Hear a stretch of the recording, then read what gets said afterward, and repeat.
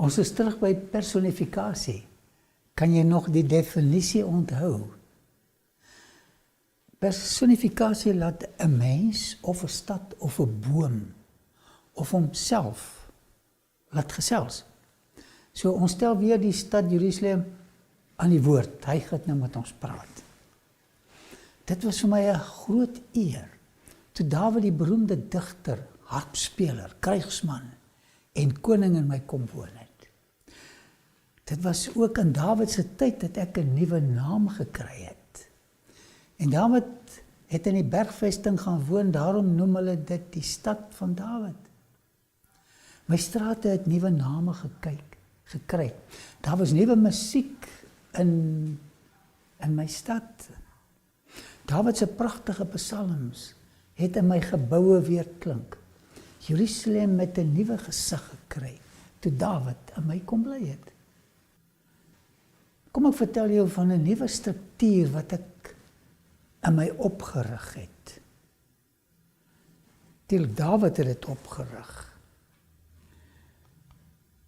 Toe stuur Hiram, die koning van Tyrus, boodskappers na Dawid met sederhout en skrynwerkers en klipkappers, en hulle het vir Dawid 'n huis gebou. Ek het met trots gekyk terwyl die meesterbouers met hierdie pragtige paleis van Dawid versier word. Hoër en hoër het hy opgestyg met al die vaardighede van die mense van Tyrus. Maar dis nie al nie. In die meesterlike wysheidsliteratuur van sy seun Salomo word die volgende oor my genoem. Ek was so trots. U hals is soos die Dawids toring. Dit was 'n pragtige toring in my stad. Gebou met muurkranse waar duisende skilde in hang. Almal skilde van helde. So Hooglied praat van my. Ek het my Jerusalem bors uitgestoot, omdat ek jaar vir jaar net mooier en veiliger geword het. Hoor wat skryf die Bybel van my. En hy, Dawid, het die stad rondom opgebou van Milo, so terras, af tot by die omtrek, en Joab het die oorige deel van die stad herstel. Bybel skryf van my. Nou Milo was 'n struktuur wat my swakste gedeelte beskerm het. Die bouers het dit gedurig deur gefortifiseer en selfs mooier gemaak. Man, vir die eerste keer het ek soos 'n stad begin lyk. En hy het die stad rondom opgebou van Milo af tot by die omtrek. Het die oorige deel van die stad herstel, Joab. Ek was 'n trotse, pragtige, versterkte Jerusalem tydens Dawid se regering. Kom ek vertel jou van die grootste eer wat my te beurt geval het. Dit was die besondere dag toe Dawid die ark na my toe gebring het. Die allerheiligste plek, God se teenwoordigheid was nou veilig binne in my mure. Aanvanklik het Dawid die ark in 'n tent gehuisves. Die Here het hom nie toegelaat om vir hom 'n tempel te bou nie. Sy seun sou dit later gedoen het. Nadat hulle dan die ark van die Here ingebring het en dit op sy plek neergesit het, binne in die tent wat Dawid daaroor opgeslaan het, het Dawid brandoffers en dankoffers gebring voor die aangesig van die Here. Dit was vir my 'n onvergeetlike oomblik. Met daardie offers die boodskap van 'n toekomstige verlosser verkondig het, wat uiteindelik na my toe sou kom. Maar die koning het Arauna geantwoord, nee, maar ek wil dit verseker van jou koop vir die prys. Ek wil dit nie verniet aan die Here my God brandoffers bring nie. Dawid, nee, hy wil 'n bietjie opoffering gemaak het. En Dawid het die dorsvloer en die beeste gekoop vir 50 sikkel silwer. Dit was vir my 'n baie hartseer dag toe Dawid begrawe is. Sy graf is binne in my. Toe Dawid ontslaap met sy vaders en hy is begrawe in die stad van Dawid, 'n ander naam vir Jerusalem. Al die konings vanaf Dawid tot by Agas is in my boesem begrawe. Daar was baie goeie konings, ongelukkig was daar 'n paar baie slegte konings. Dit het my geaffekteer. Van die plekke waar konings begrawe is, lê bo kan die Hiskia tonnel. Dis een van die redes waarom die tonnel in my kronkel, as jy ooit in die tonnel geloop het, so jy sien hy kronkel, of wat was om die grafte nie te skend nie. Die soektog na die koningsgrafte duur nog steeds voort in Jerusalem. Met die koms van Salomo het my voorkoms nog meer drasties verander. Hierdie man het nie omgegee om geld uit te gee, om my mooier te maak nie. Hier sien julle advertensie King Solomon's Quarries. Dat die klipwerk van die tempel het hy uit my quarries kom haal. Die kapwerk is by die quarry gedoen sodat die tempel met 'n betreklike stilte gebou kon word. Daar moet nie geraas in die huis van die Here wees nie. Vir die bou van die tempel is klaargekapte klip uit die groewe gebruik. Daar was geen geraas van hamers, bytels of enige ander ystergereedskap by die tempel toe dit gebou is nie. Stil, stil. Daar moet stilte in die huis van die Here wees. En as daar musiek is, moet dit stil gewyd wees. Jy kan gerus die res van hierdie hoofstuk lees om meer van die tempel te hore te kom. Al die goud wat Dawid vir die bou van die tempel opgegaar het hierdie tempel die mooiste gebou in die hele wêreld gemaak. Ek het van betroubare bronne verneem dat God self die argitek was en dat Salomo met die instruksies van die plan die instruksies uitgevoer het. Vandag terwyl jy my verhaal beluister, staan daar 'n ander konstruksie op dieselfde plek, die goue koepel van Islam. Aan sy paleis het Salomo 13 jaar gebou, voor hy heeltemal klaar was. Ek kon my oë nie glo, toe hy met hierdie bouprojek klaar was nie. Ek het gesien hoe mense van Fenisië, Tyrus, Sidon, daai plekke, gereeld hier in my kom besoek het, om met die bouwerk te help. Waar daar vandag ruïnes gesien word, het ek gesien hoe Salomo se magnifieke tempel stadig en grasieus verrys het. Ek wens ek kon dit vir julle gewys het. Die mooiste gebou in die wêreld.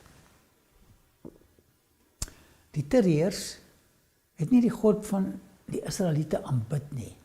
En dit het my 'n bietjie bekommer as hulle hier in my stad met hulle goedertjies kom voeter het. Ander godsdienste. Salomo het so mooi begin.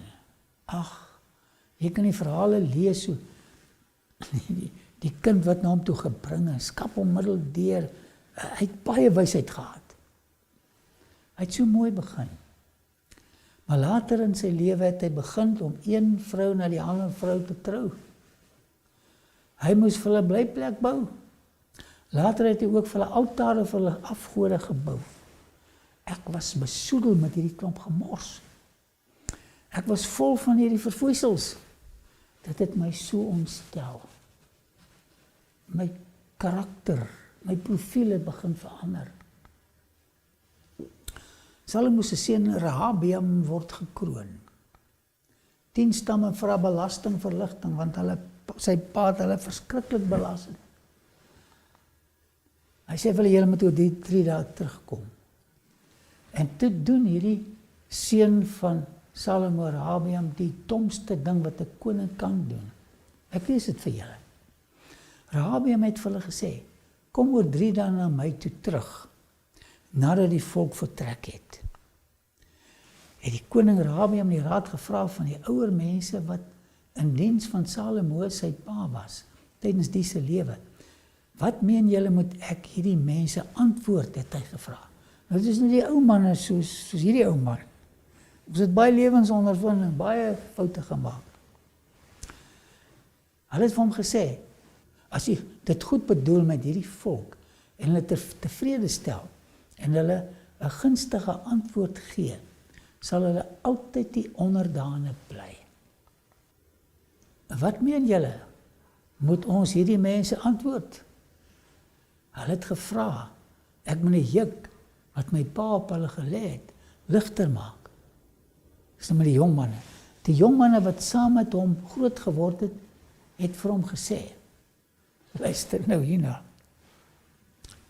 Jy moet die volk soos volg antwoord. Kyk, jy is nou die koning. Hulle het vir u gesê, die vader het ons swaar juk laat dra, maak vir ons juk ligter. Jy moet vir hulle sê, my pinkie is dikker as my pa se middellyf. Kyk, as jy nou mense wil kwaad maak, jy dit vir hulle sê.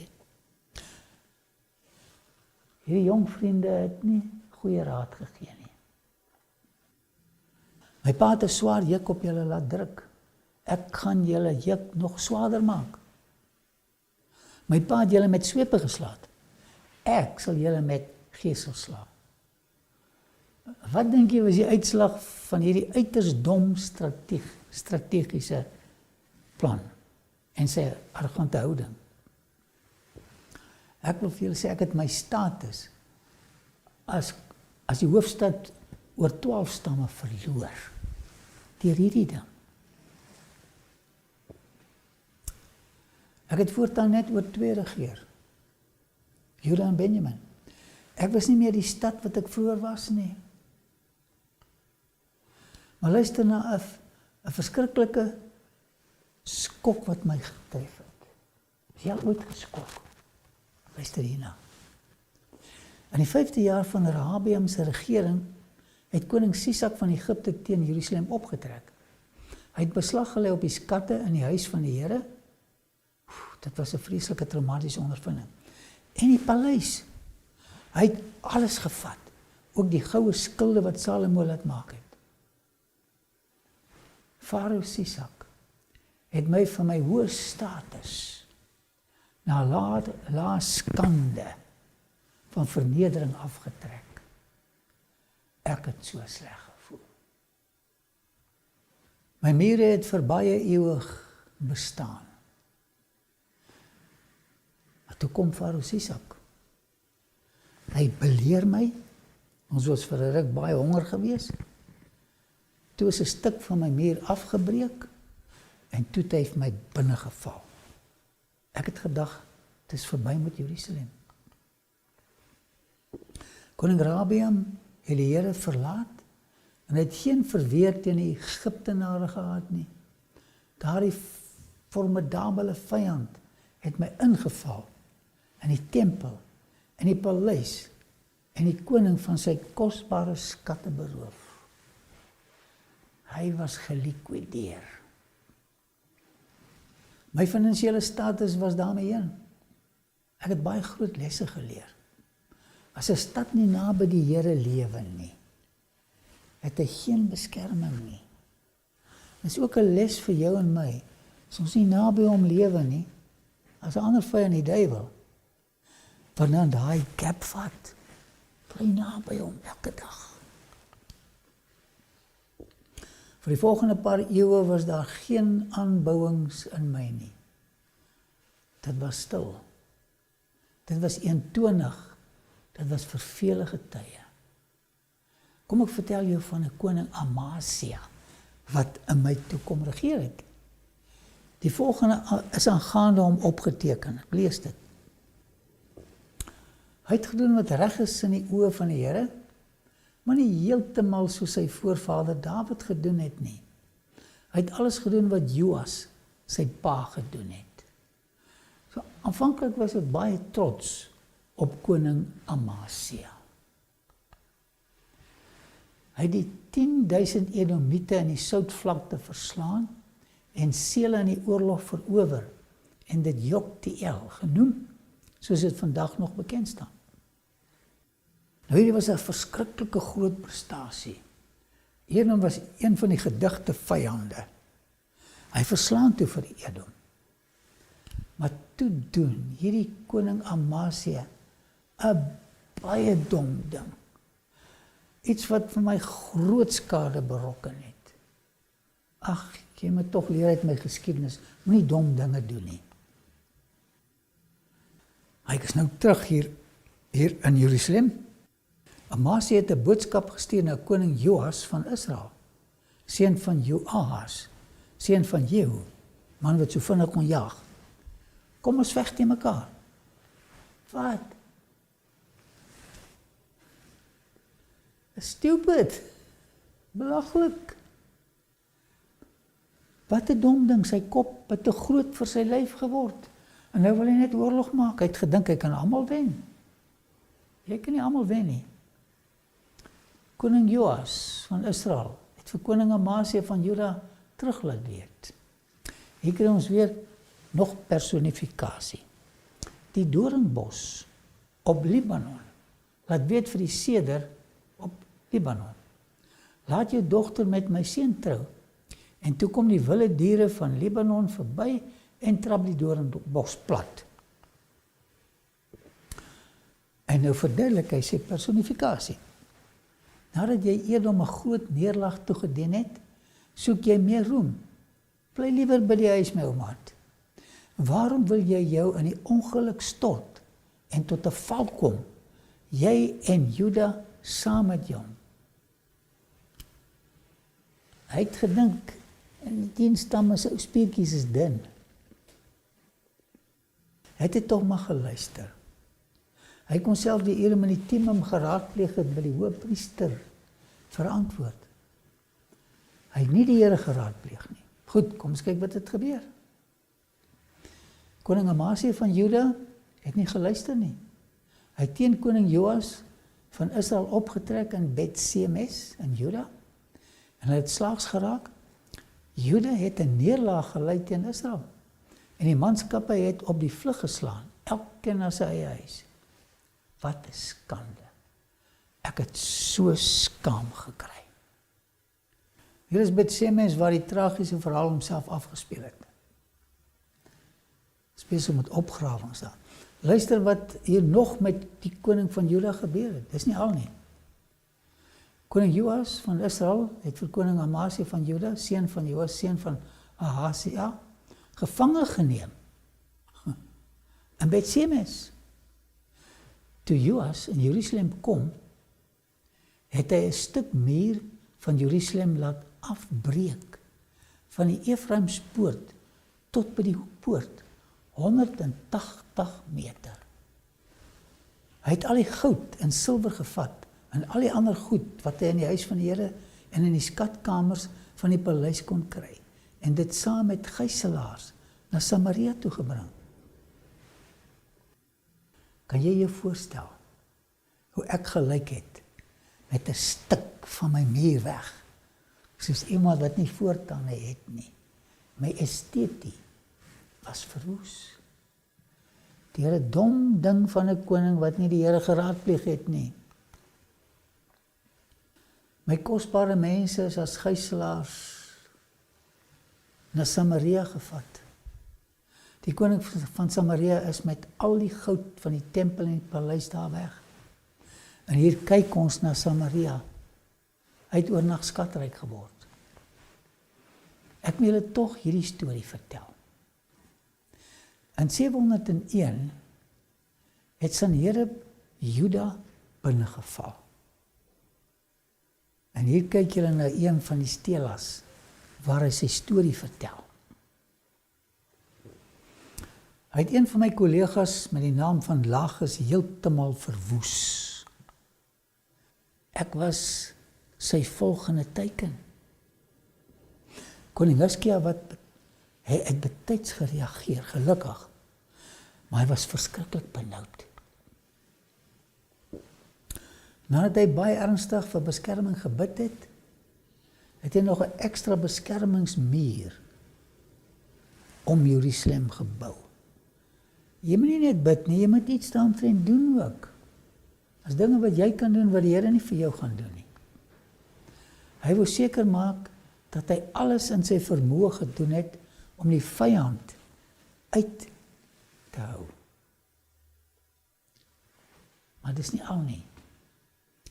Die ergste gevolge van belering is nie net 'n hongerdood nie, maar om van dors te sterf. Ek was so trots op Hiskia. Hiskia het toe die Gihonfontein, waar Salomo gekroon was, so beskerm, dat Sanherib nie die water kon bykom nie. Was toe binne in my stad gewees. Dan het hy 'n tonnel gegrawe om die water tot by die Siloam te herlei. Ek was baie trots op dit wat Hiskia in my vermag het, want ek kon heeltemal deur Sanherib verwoes geword het. Ek sal die dag nooit vergeet, toe die Assiriërs van so om en by 200.000 plus, van die wêreld se beste vegters my beleer het.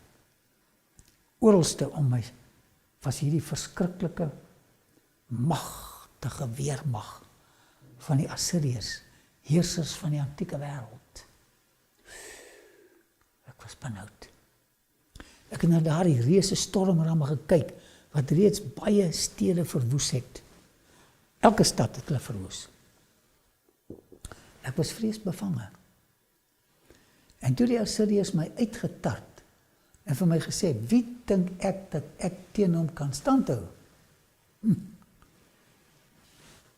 Maar daar was nog iets wat die Assiriese grootkoppe gesê het.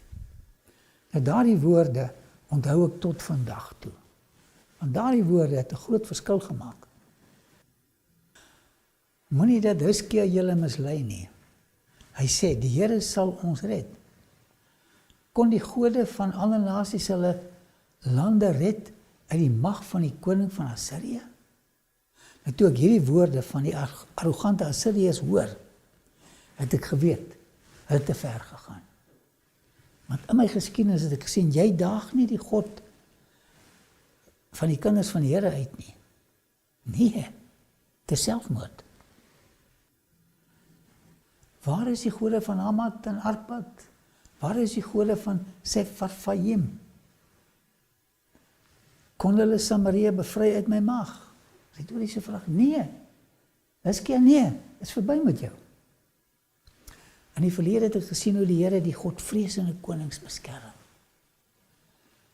Om met die God van Israel skoor te soek, is groot moeilikheid soek.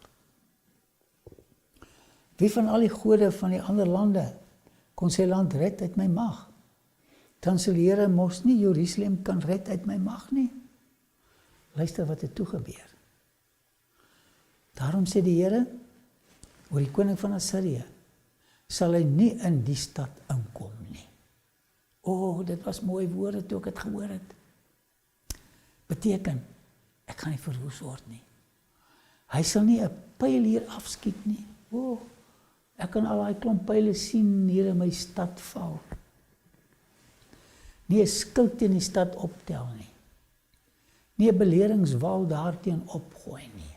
Dis hoe hulle stede verwoes het. Geen kans gehad nie. Maar die pad wat hy gekom het, sal hy teruggaan. En hy sal nie weer by die stad kom nie. Dankie tog. Dit is wat die Here sê. Ek sal die stad beskut en hom red, om my ontwil en om my dienaar Dawid se ontwil. Engel van die Here het gegaan en 185.000 man in die Assiriese kamp doodgemaak. Toe die Assiriërs die môre vroeg opstaan, lê die lyke almal daar. Daar het 'n paar soldaatjies oorgebly. Hulle het so rondgekyk en alle maats is dood. Koning Sanherib van Assirië het toe kamp afgeslaan en hy is terug Ninive toe en het daar gebly. Ek het later nuus gekry dat sy 2 seuns hom vermoor het. Terwyl hy op 'n dag in die tempel van sy god Nisroch aanbid het, het sy seuns Adremelek en Sareser hom met swaarde doodgesteek, verskriklik. Hulle het na Ararat toe gevlug en Sanherib se seun Esarhaddon het hom as koning opgevolg. Daai een oggend, toe die son sy koppie oor Jerusalem uitsteek, het ek na die duisende lyke gaan kyk. Ek sal dit nooit vergeet nie. Rondom my hele muur het ek hierdie magtige manne met hulle swaarde en slingervelle sien lê. Moenie die volk van die Here probeer verwoes nie. Moenie jou vriende probeer verwoes, of jou familie nie. Ek was aanvanklik so trots op hierdie Hizkia. Hy was vir 'n lang tyd een van my beste inwoners. Maar toe. In die tyd het Hizkia ernstig siek geword. Die profeet Jesaja, seun van Amos, het na hom toe gegaan en gesê, so sê die Here, sê vir jou gesin wat jou laaste wense is, want jy gaan sterf. Jy sal nie langer lewe nie. Het hy dit aanvaar? Nee. Toe draai Hizkia sy gesig na die muur soos Agab. En hy het tot die Here gebid. Nou plek dat hierdie belangrike koninklike inwoner van my liewer die volgende gebed gebid het. Dankie Here dat U my deur my hele lewe veilig gelei het. As dit nou tyd is dat ek moet gaan rus, sê ek vir U baie dankie, want U ken die toekoms, ek ken die toekoms nie. Maar toe bid hy ongelukkig hierdie gebed.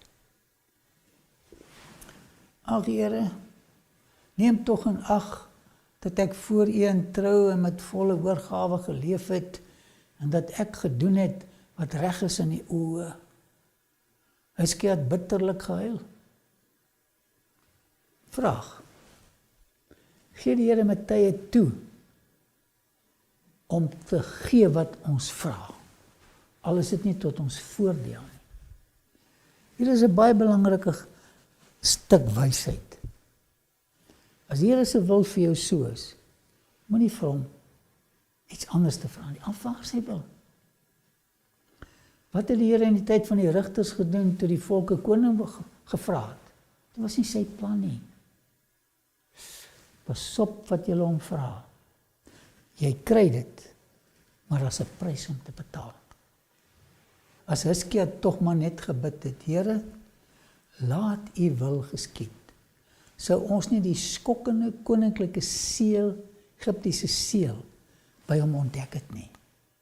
Daar's die seël. Op die seël het hy die skandelike Egiptiese teken van lewe aangebring, die ank, daar aan die regterkant van een van die vlerke. Hizkia, is jy mal in jou kop? Waar gaan jy heen? Behorende aan Hizkia, seun van Agas, koning van Juda. Hy word 'n Polytheus. Het jy al gesien hoe Gods manne die pad byste raak, in hulle ouderdom? Dis wat hier gebeur het. Argeoloë het ook 'n seël van Jesaja naby die seël van Hizkia ontdek. Kom ons lees 'n bietjie van Jesaja. Jesaja het 'n opdrag gegee dat hulle 'n vyekoek moet bring en op die sweer moet sit, en die koning het beter geword. Ek gaan 'n teks lees en jy moet vir my sê wat Hizkia verkeerd gedoen het. Kyk mooi na die teks. Toe vra Hizkia, wat is die teken dat ek weer na die huis van die Here toe sal gaan? Op wat het hy staat gemaak? Op die woord van die Here deur Jesaja of op 'n bonatuurlike teken? Ek lees nog 'n teks. Toe vra Hizkia vir Jesaja, wat is die teken dat die Here my sal gesond maak en dat ek oormôre weer na die huis van die Here toe sal gaan? Wat is die sterkste bewys van God se krag? Vertrou ek op sy beloftes of maak ek staat op tekens? Hier is die eerste groot fout wat hy gemaak het. Jy aanvaar as God gepraat het. Jy soek nie tekens nie. Jesus sê 'n goddelose geslag soek na tekens en wonders. Jesaja het geantwoord, die Here gee jou die volgende teken, want jy het gevra daarvoor. Jy glo hom nie, dat hy sal doen wat hy gesê het. Moet die skade weer 10 trappe vorentoe gaan of 10 trappe terugkom? Interessant.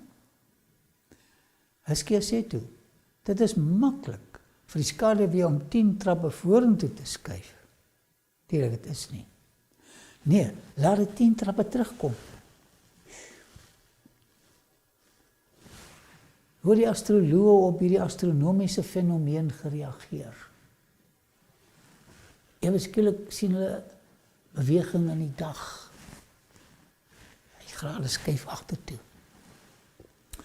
Vraag. Wat het die Babyloniërs, dit was die meesters in sterrekunde. Hulle het 'n studie gemaak, jy kan hulle literatuur lees. Nou wat het hierdie mense van Babylon gemotiveer om Hizkia te kom besoek? Ek dink jy sal sê, die son fenomeen. Nee. Die tyd het koning Merodach Baladan van Babylon, seun van Baladan, briewe en geskenke na Hizkia toe gestuur, omdat hy gehoor het van sy siekte, nie van die sonfenomeen nie. Wat wou hy by Hizkia kom maak het? Dink 'n bietjie.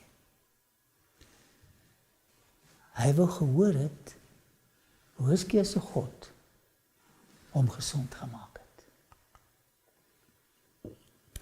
Hulle kom toe hier by my, Jerusalem, aan en my koning Hizkia vertel hulle van sy liefdevolle, verlossende, genesende God.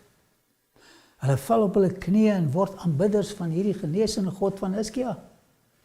Ag, as dit tog maar gebeur het, dit moes gebeur het, dit het nie. Hy vertel hulle niks van die wonderbaarlike God wat hy het nie. Die reaksie van die soekendes van Babylon. Hizkia was bly oor die gesandte, voel belangrik, en hy het hulle sy skatkamers gewys. Manne, kom kyk bietjie hier. Met die silwer, die goud, die kruie, ryk bietjie hier. En die geurige olie, ryk bietjie hier. Sy wapenkamer, en alles wat in sy voorraadkamers was. Daar was niks in sy paleis, en in sy koninkryk, wat Hizkia die gesandte nie laat sien het nie. Korkot sê hulle, die majesteit vertel ons van die genees. Hoorie, kom ek wys net eers vir julle. Kom ons wys, vertel ons bietjie van jou genees. Nee, ek wil net vir julle hierdie wys. Hartseer. Toe kom die profeet Jesaja na koning Hizkia toe en sê vir hom, wat het daardie mense gesê oor jou genesing? En waar vandaan kom hulle? Hizkia het geantwoord, hulle het uit 'n ver land na my toe gekom, uit Babel. Wat het hulle in jou paleis gesien? Vra Jesaja. Het jy hulle vertel van jou genesing? En Hizkia antwoord, hulle het alles gesien wat in my paleis is. Daar is niks van my skatte wat hulle nie gesien het nie. Toe sê Jesaja vir Hizkia, luister wat sê die Here die Almagtige. Hierdie is baie hartseer. Daar kom 'n tyd, Hizkia, omdat jy nie van my getuig het nie, dat alles wat in jou paleis is, weggedra sal word na Babel toe. Al die skatte wat jou voorvaders en jy tot nou toe versamel het, daar sal niks oorbly nie, sê die Here. Van jou seuns, van jou eie seuns, wat uit jou gebore is, sal gevat word En hulle sal diens doen in die paleis van die koning van Babel. Hulle gaan sien wat se skatte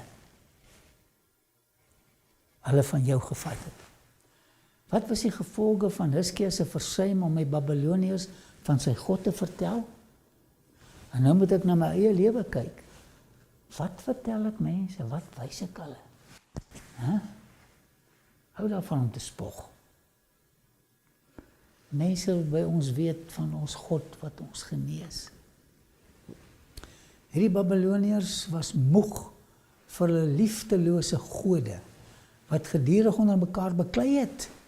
Obel, Marduk, Nabu, so 'n klomp van hulle. Hulle het na 'n persoonlike God gesoek wat hulle vergewe, wat hulle liefhet, 'n God wat hulle kan genees. En dit is die God wat Hizkia gedien het, hy het hom genees. Nou in die volgende lesing gaan ons sien wat 'n ramp Hizkia se afvalligheid op die jong koninklike Daniël gehad het. Want wat ek doen, en hierdie is vir my baie belangrik, het nie net 'n effek op my kinders nie, dit het 'n effek op my kleinkinders en my agterkleinkinders. Daar's baie lesse wat jy uit my geskiedenis kan leer, my liewe vriend. Hierdie klippe van my roep die volgende woorde uit. Glo in die Here jou God, dan sal jy bevestig word. Glo in sy profete, dan sal jy voorspoedig wees. Liefdevolle Vader, dankie vir Jerusalem wat sy storie vertel. Vir personifikasie. Ag, help ons om na U te luister en nie die skatte wat ons het met mense deel en daarvan vertel nie. Maar mag ons hulle van die grootste skatte vertel. Die skatte van die vergifnis en die liefde. In Jesus naam. Amen. Baie dankie dat jy na die aanbieding gekyk het. Ons waardeer dit. Klik hier om in te teken op ons kanaal. Dan kan jy op die klokkie klik en kennisgewing kry van toekomstige gebeurtenisse. En klik hier om na die volgende aanbieding te kyk. Ek wil julle baie graag weer sien. Totsiens.